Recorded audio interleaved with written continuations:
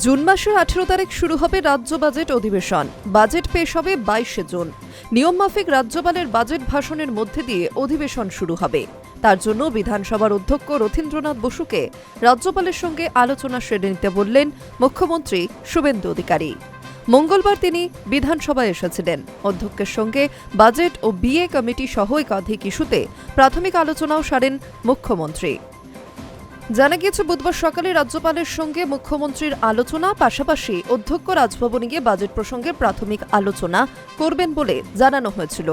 সরকার গঠনের পর এটাই বিজেপির প্রথম বাজেট, যেখানে থাকতে পারে একাধিক চমক।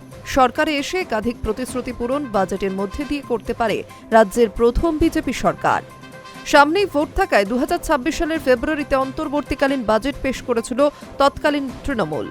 সেখানে যুবসাথীর মতো বেশ কিছু বড় ঘোষণা করেছিলেন প্রাক্তন মুখ্যমন্ত্রী মমতা বন্দ্যোপাধ্যায়। তবে এখন মসনদে নতুন দল। মুখ্যমন্ত্রী শুভেন্দু অধিকারী কুর্সিতে বসার পরই একাধিক বড় সিদ্ধান্ত নিয়েছেন তিনি, যা আম জনতার মন কেড়েছে তা বলাই বাহুল্য।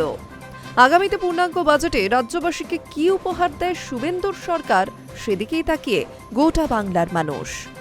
High news network.